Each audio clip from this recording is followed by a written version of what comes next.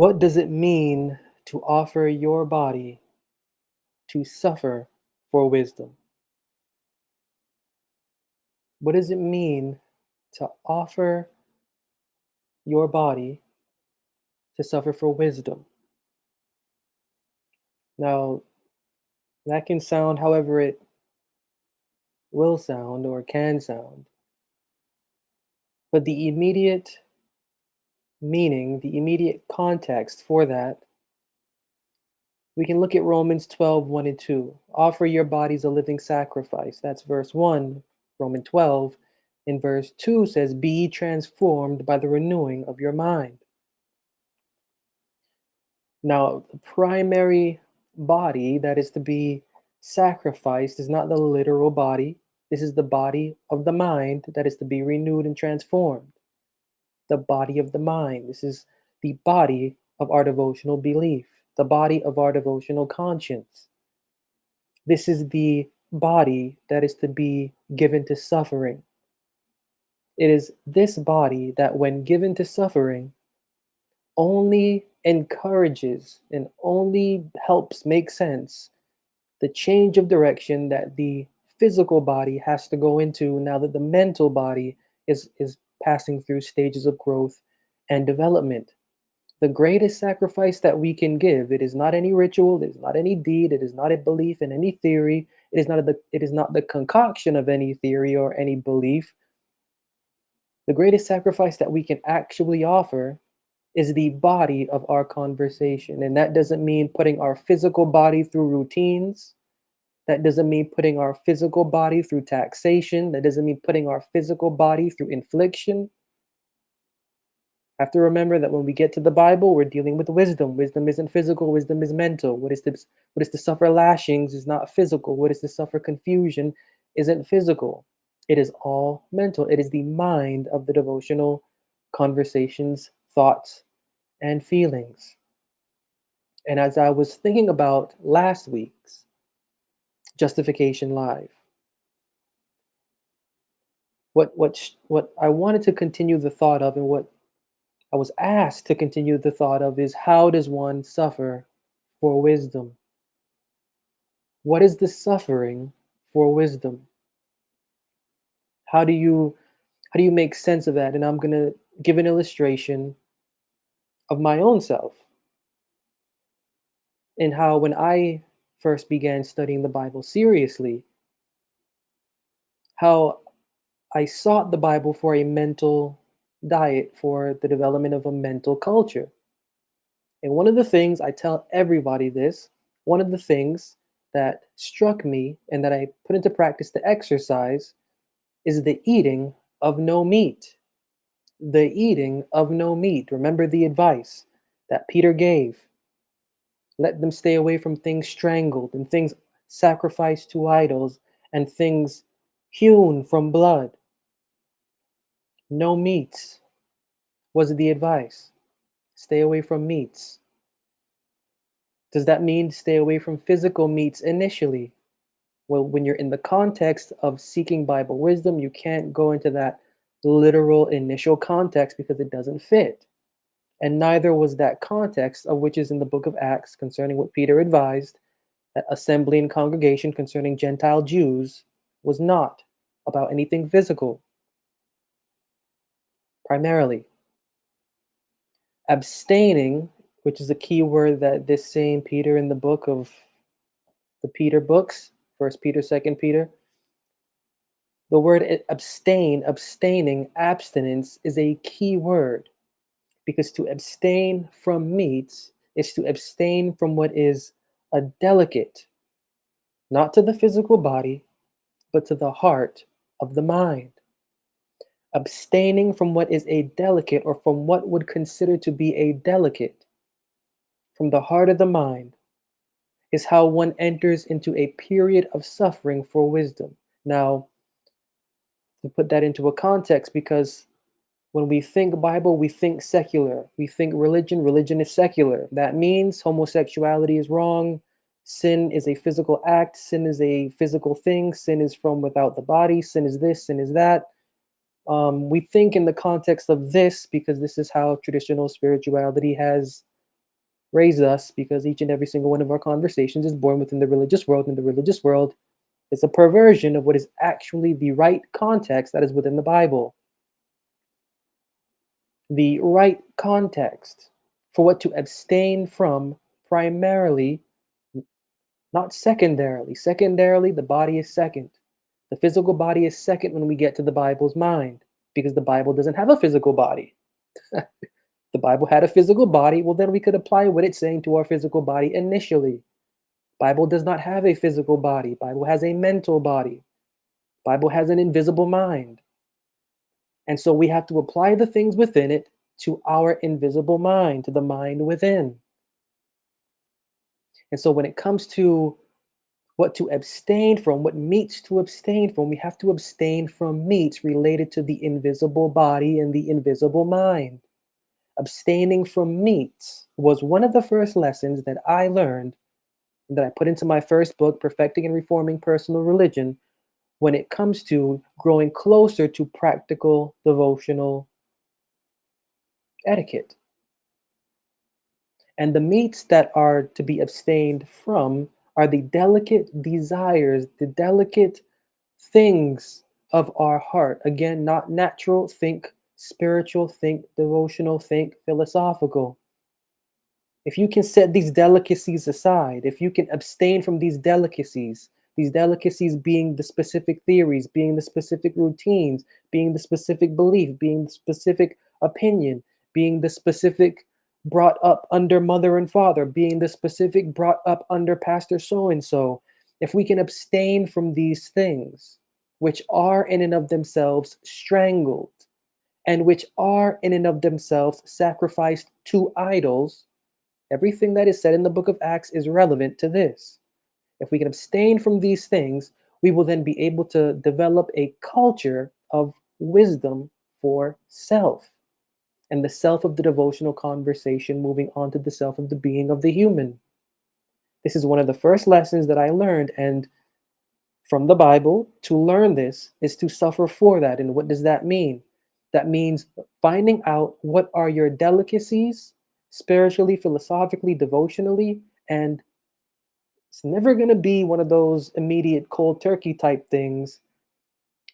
Gradually stepping away from them, gradually leaving it alone, gradually stopping, abstaining from those meats, those delicacies, those things that taste good to hear, those things that taste good to believe, those things that taste good for comfort, those things that taste good for stimulating fantasy and fanaticism. When we don't know that we're stimulating fantasy and fanaticism by them, we have to abstain from those meats. If we can abstain from those meats, our body's going to go into withdrawal, not literal. Our mental devotional body is going to go into withdrawal. We need that. We need that withdrawal, because it is only from that withdrawal that we're going to search for food, that we're going to search for sustenance, that we're going to search for nourishment. And that searching, it's not going to come from the sources that we're cutting off. It's going to come from the source that the Bible is. Our body of devotion is going to be forced to plunge into the language of the Bible. And that's what the Bible is asking for. And the past week, past 2-3 weeks, that's what I've been saying. When we're able to cut off the meats that have been strangled and that have been sacrificed to idols, same advice that Peter gave, putting it into the daily life, we will be able to stumble upon an active wisdom for where we are in our life, both personally and devotionally. What that means is, by abstaining, we're actually uncovering what is the former or the true former belief of the Bible's words. And this also is something, leaving last week's Justification Live, as I was actually studying Chinese. I like to study the Chinese language. I came across a quote from Confucius. Now, I'll put this here in the chat. Now, the quote here that I have from Confucius: acquire new knowledge while thinking over the old, and you may become a teacher of others. Now, I have this quote here coupled with a passage from the book of Jeremiah, which touches on the same thing. Jeremiah 6, 16, stand ye in the way and see and ask for the old paths, where is the good way. These two quotes align one with another ridiculously. Both Confucius and Jeremiah are letting us know that there are paths, that there is a landscape that has come before any single thing that we know. Remember in the book of John where it says, before Abraham was, I am? Do you remember when it says in the book of John, before Abraham was, I am? Now, when we're reading that from a basic Western literary point of view, which is that the main character there is saying that before Abraham existed, I existed. In true literary context and structure, that's not what that verse is saying. That verse is singling out two ideologies. The first ideology is I. The second ideology is Abraham. To the Bible's mind, names don't mean literal names. Personages do not represent literal personages. This is basic Bible. Abraham is, in reality, not the name of a man. Abraham is the name of a devotional conversation. And when I say name, I don't mean literal name. I mean representative philosophy. So basically, it's saying before one representative philosophy, there was another representative philosophy. That I in that sentence, before Abraham was, I am, that I is also not personal. That is not a personal I. In context, in right context and structure of language, that is not a personal I. The main character there is not saying, I existed beyond this individual. That's not what the individual there is saying. But what's actually being said is that what my philosophy is, before that philosophy was, mine existed. When we get down to the basic structure and context of what this main character from the book of John actually believed, and I'm not talking about the character that is there portrayed, that character is based off of a real mind. The real mind, we don't know, it is covered up by that character. Nevertheless, the authors of Matthew, Mark, Luke, and John cannot get away from placing into their narratives certain things pointing towards the real man's mind. How can we know what the real man's mind was set on? Well, the author writing the book of Galatians breaks down the crucifixion perfectly for us so that we can know it. And by doing so through Moses, actually. By doing so through Moses. Now, Galatians 3:13, I really do like to quote this verse when explaining this, is Galatians 3:13, Christ has redeemed us from the curse of the law, being made a curse for us, for it is written, cursed is everyone that hangs or that is hanged on a tree. Now, if we're going to take this literally, if we're going to read this as if it's a book, as if this is a book, if we're going to read this as if it's a book, this figure called Christ is of no literal value to anyone. Why? Because he that is hanged is cursed. That word hanged in right context means crucified, pierced. The crucified one is cursed. So the one that is hanged on a tree and crucified and that is proclaiming salvation through the death of that same individual, that's a lie. That's a blatant lie if we're going to take this literal. Again, why? He that is hanged is accursed. If you're believing that this individual crucified is for your salvation, you're being lied to because he that is hanged is accursed. There is no salvation in such a figure, and there never was intended to be. But the author of the book of Galatians knows that. And knowing that, they dissect the one hanged on a tree scientifically. They don't see the individual crucified as a literal sacrifice for something literal. They understand that their body represents something.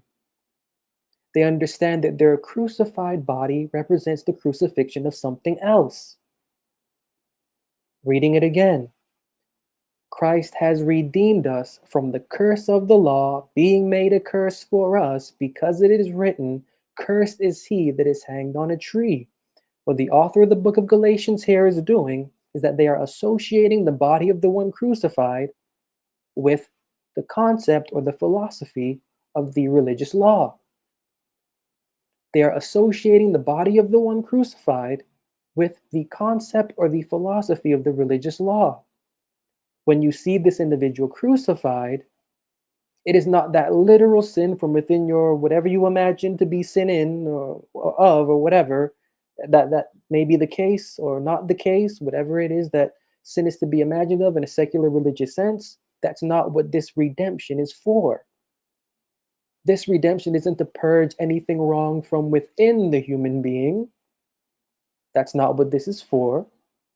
This is to purge everything contrary from within the body of the devotional conversation. How do we know?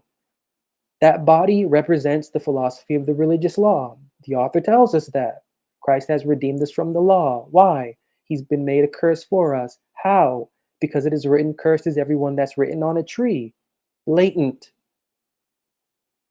When we are seeing this individual crucified, we are supposed to look at this illustration, not literally, but figuratively, just as the author here is doing. Because if we look at it literally, there's no value or point to it. You have to look at it from a philosophical standpoint, because Bible is philosophical standpoint. Author of the book of Galatians knows this and does this perfectly, absolutely perfectly. When we see that body crucified, that means the philosophy of the religious law is crucified. Seeing the philosophy of the religious law crucified, that means that we are redeemed from the philosophy of the religious law. What does that mean? That means that the devotional conversation is no longer held or to be constrained to the rule under the philosophy of the religious law. Rule of the philosophy of the religious law becomes non-existent, which is the point of the value of this sacrifice. With the rule of the religious law becoming non-existent, which is the point of this sacrifice, that leads the individual mind and conversation into a more sure direction for carrying themselves. One then is moved to question, how then is one supposed to carry themselves crucifying the religious law to themselves? Because that's what we're supposed to do when we see this illustration. If we have regard for this crucifixion, if we have regard for this illustration, we are to treat it according to how it is to be interpreted. And it is to be interpreted as not a literal body crucified, but a philosophy crucified. The crucifixion of that philosophy means that it no longer exists. It no longer exists. When the man was alive and taught what he taught the philosophy that existed before Abraham. He taught the philosophy that existed before Moses, because Moses was before Abraham, right? Or was Moses after Abraham? He taught the philosophy that existed before Moses. He taught the philosophy that existed before Abraham. He taught the philosophy that existed before Noah. He taught the philosophy that existed before Enoch. He taught the philosophy that existed before Seth. He taught the philosophy that existed before Adam. That I am is not a literal connotation to a literal person or figure. That is actually a philosophy. Before the philosophy of Abraham existed, the philosophy of which the author calls I am existed. That is what that man taught. That is what that man lived by. And we can understand what that philosophy is by looking at the illustration of the crucifixion. When we see the illustration of the crucifixion, we can then go back to the beginning to see if how the author of Galatians interprets that is valid or not. And when you go back to the beginning, Genesis 1, it's absolutely valid. When you go back to the beginning, Genesis 1, Genesis 2, Genesis 3, it's absolutely valid. The point being of all of this is that our devotional conversation is to regard the meaning behind the illustration of the crucifixion. And the meaning behind the illustration of the crucifixion is an experience where the devotional conversations, actions, feelings, thoughts, and behaviors are not held or regulated by any religious law. They are held and regulated. They are held and regulated by the wisdom gained from experience. When you are no longer bound by the philosophy of the religious law, you are now bound by the transforming of your mind. Romans 12 and verse 2. And being bound to the transformation of your mind, Romans 12:2, you are then automatically bound to the sacrificing of your body. Romans 12 and verse 1. Not the literal body, but the body of your belief. When you have crucified to yourself what the definition of that illustration for the crucifixion represents, you have entered into the intended devotional experience from the Bible's mind. When you have entered into that devotional experience, when you have entered into that intended devotional experience, you're opening up and you're making yourself able to be opened up to the Bible's words. And within those words, there exists a practical philosophy that existed before everything you think you know, everything before I think I know, everything before what we think we know. There is a philosophy at the core of the Bible that is not Hebrew, that is not Jewish, that is not Christian, that is not Catholic, that is not anything that in this modern 2023 time we want to force onto the Bible. Bible is a league of its own, and the philosophy within it in a league of its own. When we can go back to the original paths that are confined to the scope of the Bible's mind, it is only then that we are able to place into right context understanding and wisdom for our individual devotional experience, to capture the envisioned journey and experience we know we should be having. And that's the relevance of Confucius saying, acquire new knowledge while thinking over the old. Acquire new knowledge while thinking over the old. And we may be a little bit confused. We may be thinking that our denominated understanding is the old understanding. We may be thinking that something, whatever, in the past 300 years, 1,000 years is old. No. The oldest knowledge that exists, the oldest denomination that exists, is confined within the pages of the Bible, is confined within the words therein. And when we're able to abstain from delicacies, again, not literal, not physical, mental, inward, devotional, when we're able to abstain from these delicacies, and when we're abstaining from these delicacies, bringing our attention to what is within the scriptures, we will arrive at what it means to know I am. And we will also be able to say, before Abraham was, I am. That's not a blasphemous thing to say, because in right context, what we're actually saying is that our philosophical outlook for what the Bible's mind is, it's way beyond yours and it came way before. It's more relevant. Bible philosophy is more relevant than anything. Bible philosophy is more relevant than anything, because it is from Bible philosophy that what is within us springs up and out. Placing what that is into what is within us and exercising it is what allows our person to truly shine. As I said last week, having something greater than what is within us weigh us, because what is within us can only weigh itself for so long, and it will not do a good job. It will tire itself out. It will not do a good job. But when we have the Bible's words, when we have the illustrations therein, when we have little things like coming across that in the book of Acts, to abstain from meats, when we are able to just think about what that means and to put that into practice, seeing the context of where we are reading this. Is this a person saying this, or is this a book saying this? Are these words saying this, or is this an actual mouth saying this? Are these pages, or what? Placing these things into context, we can, what I'm saying, put these into appropriate contexts in our natural, personal, and devotional daily lifestyle. That is really all the Bible is asking for.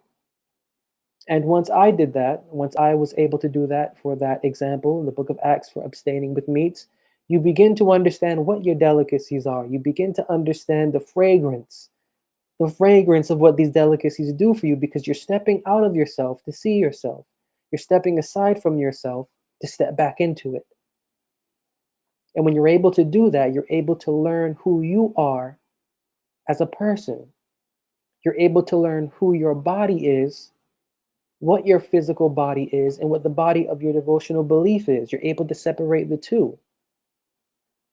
And for the purpose of bringing them together into a sound marriage eventually. But it's these little things that when you go through the scriptures and you pick them up and you put them into right context and then exercise them, that's you growing familiar with the ancient wisdom of the scriptures. That's you navigating through the storm of whatever feeling you have going on within you through the ray of sun that wisdom may be. And setting that in order, stilling the storm, quenching whatever negativity is therein, and just embracing, no matter what, to move forward. So the Bible doesn't really give a formula for any of this. There's no handbook, despite what religion or the religious world would have us to think with how they operate. Bible's mind only tells us, I will bring them into new places. I will make darkness light before them. Doesn't say how, doesn't say when. Our conversation has to keep on moving, I should say, has to keep on exercising. Should it be able to do this, it will develop the kind of wisdom that it needs to understand the former belief that is within the pages of the Bible.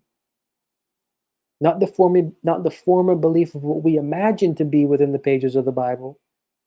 Bible philosophy will actually emerge to the sincere conversation wanting growth and development. And that's really all the Bible is after. That's why it is important, as it says in Jeremiah 6:6, stand in the way of what is the old paths, which is the good way. Bible has good way. Again, we may confuse that with our denomination. Our denomination's old ways are the good ways. Bible has no denomination. Bible only has understanding. When we can understand the understanding, we'll be standing in the understanding of the understanding's old ways. That's what the Bible's about, bringing the conversation into the former philosophy, I would say even the original philosophy of what the mind within the scriptures is getting at, so that the devotional conversation can have the health that it needs to capture the envisioned experience that it knows it should be having. So I will end there with just a note to, when investigating the scriptures, examine what is not simply being said, but in the lifestyle, to understand the context and the scope of where that may be originating.